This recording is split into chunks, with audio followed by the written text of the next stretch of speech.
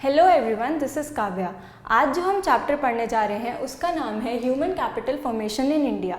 इस चैप्टर में जो टॉपिक्स हम कवर करेंगे वो है what is human capital, the sources of human capital, हम human capital and human development के बीच का डिफरेंस डिस्कस करेंगे, the state of human capital formation in India, education sector in India and then lastly we will discuss the future prospects. एक ऐसा factor जिसने Mankind की evolution में एक बहुत बड़ा डिफरेंस क्रिएट किया, that was man's capacity to store and transmit knowledge. This was made possible through conversation, songs, lectures etcetera. जल्दी ही हमें ये समझ में आ गया कि knowledge and skills are very important factors. तो बिना नॉलेज एंड स्किल्स के कोई भी काम एफिशिएंटली और इफ़ेक्टिवली कंडक्ट नहीं हो सकता है। इसके लिए सबसे ज़्यादा इम्पॉर्टेंट क्या था? कोई भी काम एफिशिएंटली एंड इफ़ेक्टिवली करने के लिए जो दो सबसे इम्पॉर्टेंट चीज़ें थी, that was knowledge and skills. We know that the labor skill of an educated person is more than that of an uneducated person. मतलब एक educated person की labor skill हमेशा एक uneducated person से ज़्यादा होगी। इसीलिए जो एक educated person है, he has the capability of generating more income than an uneducated person. मतलब एक educated person जो है उसकी income generation capacity is always more than that of an uneducated person. तो हम कह सकते हैं कि जो एक एजुकेटेड पर्सन है, ही जनरेट्स मोर इनकम,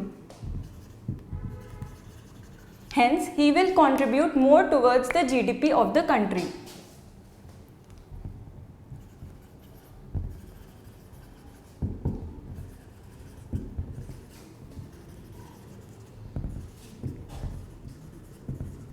अब एजुकेशन सिर्फ इसलिए ही इम्पॉर्टेंट नहीं है क्योंकि वो इनकम जनरेशन कैपेसिटी बढ़ाती है, बल्कि इसके और भी बेनिफिट्स हैं, जैसे कि education provides a social status and pride in the society. It helps people to make better choices in life. तो मैं एजुकेशन के बेनिफिट्स यहाँ पे मेंशन करूँगी।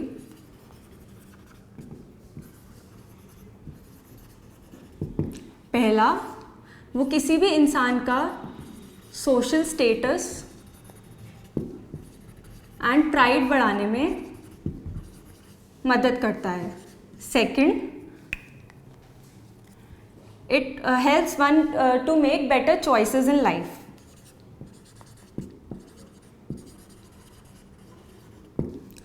एजुकेशन से हम सही और गलत के बीच का फ़र्क बहुत आसानी से पता लगा सकते हैं। तो hence it makes us understand the different changes in the society.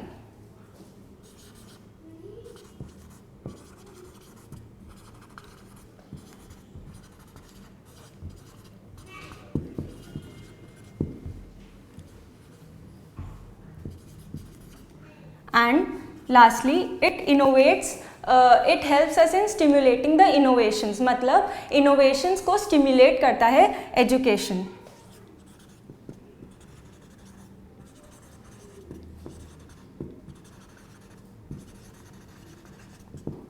अब व्हाट इज ह्यूमन कैपिटल? जैसे कि हम किसी फिजिकल कैपिटल को, फिजिकल रिसोर्स को फिजिकल कैपिटल में चेंज कर सकते हैं। फिजिकल कैपिटल जैसे कि लैंड, और फिजिकल रिसोर्स जैसे कि लैंड, और उसको हम फिजिकल कैपिटल जैसे कि फैक्ट्री में चेंज कर सकते हैं। उसी प्रकार एक कंट्री में ये कैपेबिलिटी होती है कि वो ह्यूमन रिसोर्स जैसे कि स्टूडेंट्स को कन्वर्ट कर सकता है ह्यूमन कैपिटल जैसे कि डॉक्टर्स एंड इंजीनियर्स। तो फिजिकल कैपिटल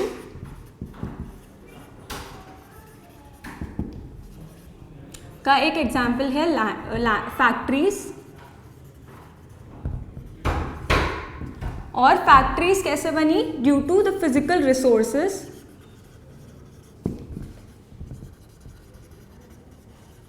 जैसे कि लैंड। तो लैंड से हमने फैक्ट्री बना दी। उसी तरह ह्यूमन रिसोर्स क्या है? स्टूडेंट्स। कंट्री के पास ह्यूमन रिसोर्स स्टूडेंट्स के फॉर्म में होती है, जिससे वो ह्यूमन कैपिटल क्रिएट कर लेता है, जिस for example doctors and engineers.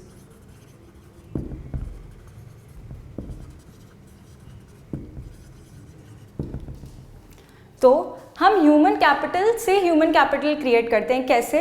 अगर हम ह्यूमन कैपिटल में ज़्यादा इन्वेस्टमेंट करते हैं तो that leads to more creation of human capital through human resources. तो ये तो हमने पढ़ा ह्यूमन कैपिटल के बारे में। अब हम इस टॉपिक को और डिटेल में डिस्कस करेंगे and we will study the further topics. अब जो नेक्स्ट टॉपिक हम पढ़ने जा रहे हैं वो है sources of human capital. Sources of human capital का ये मतलब है कि हम कैसे ह्यूमन कैपिटल जनरेट कर सकते हैं।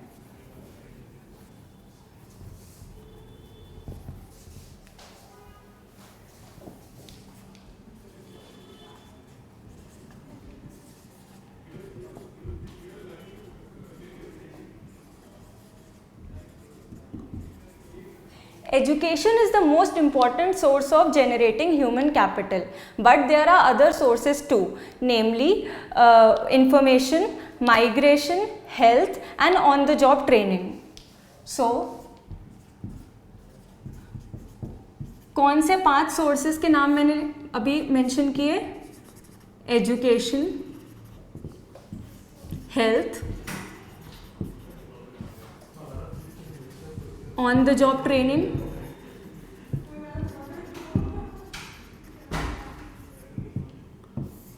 migration and information.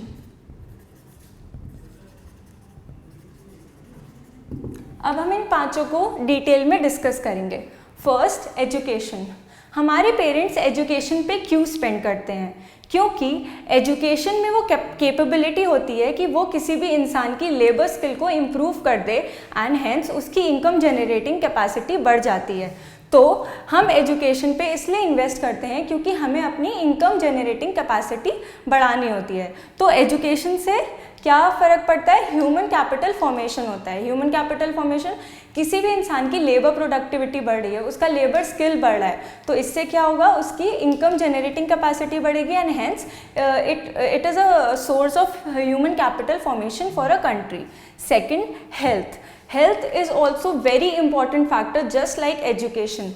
इंसान के पास एजुकेशन हो सकती है बट जब तक उसके पास अच्छी हेल्थ नहीं होगी वो कैसे अच्छे से काम कर पाएगा? आप खुद ही सोचिए, कौन इंसान ज़्यादा फ़ायदेमंद होगा, एक बीमार इंसान या फिर एक इंसान जो हेल्दी है? अगर कोई इंसान बीमार है तो वो अपनी लेबर स्किल्स को अच्छे से यूज़ ही नहीं कर सकता है। तो hence health is a very important factor, क्योंकि अगर इंसान के पास हेल्थ होगी तो उसकी लेबर प्रोडक्टिविटी अपने आप बहुत इम्प्रूव हो जाती है and there is no loss in the productivity. There are government अलग अलग ढंग से एक्सपेंडिचर करती है ऑन द हेल्थ, जिसके कुछ टाइप्स हैं। Preventive medicines, curative medicines, social medicines,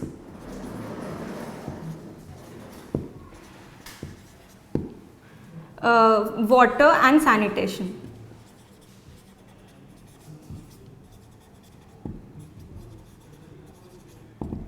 preventive medicines में वैक्सीनेशन आता है,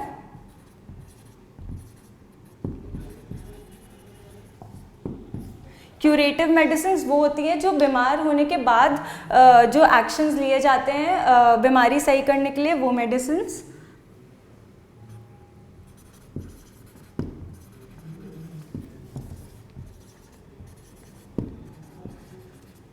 सोशल मेडिसिन्स इज जो हम सोशल अवेयरनेस फैलाते हैं टुवर्ड्स हेल्थ।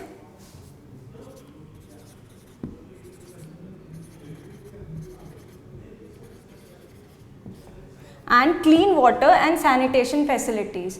तो ये सब हेल्थ के अंडर आता है। Now the third source of generating human capital is on the job training.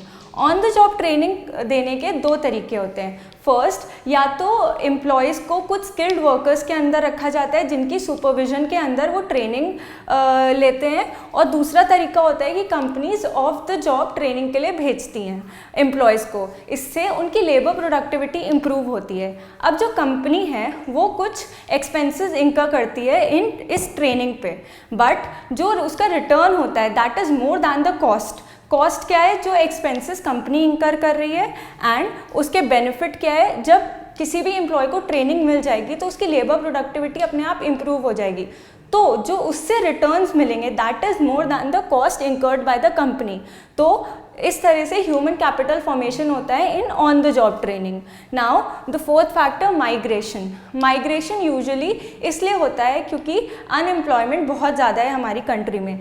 तो the main reason for the rural urban migration is unemployment.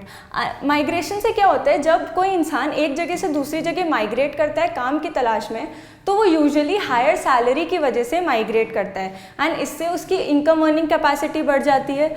तो और यूजुअली जो टेक्निकल फील्ड्स हैं जैसे कि डॉक्टर्स, इंजीनियर्स इंडिया में, वो दूसरी कंट्रीज़ में माइग्रेट कर रहे हैं हायर सैलरी की तलाश में। So these are the two types of migration. First तो अर्बन रूरल माइग्रेशन हो जाता है, और दूसरा टाइप ये होता है कि इस एक कंट्री से दूसरी कंट्री में लोग माइग्रेट करते हैं काम की तलाश में।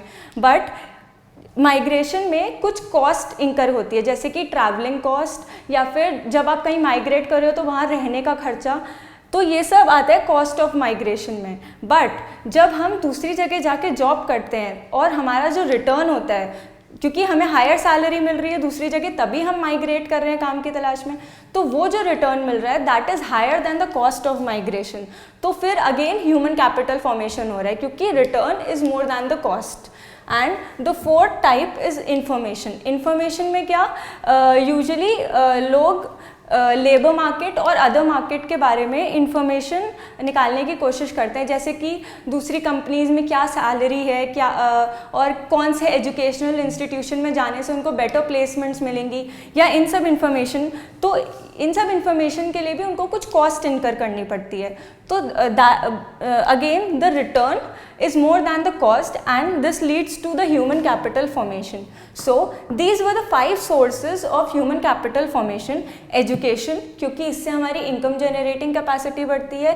हेल्थ, क्योंकि जब तक इंसान की हेल्थ अच्छी नहीं होगी उसकी लेबर प्रोडक्टिविटी कभी इंक्रीज नहीं हो सकती। On the job training, migration and information. Again in तीनों से जो रिटर्न्स हैं वो ज़्यादा है इसके कॉस्ट से, and hence the human capital formation is made possible.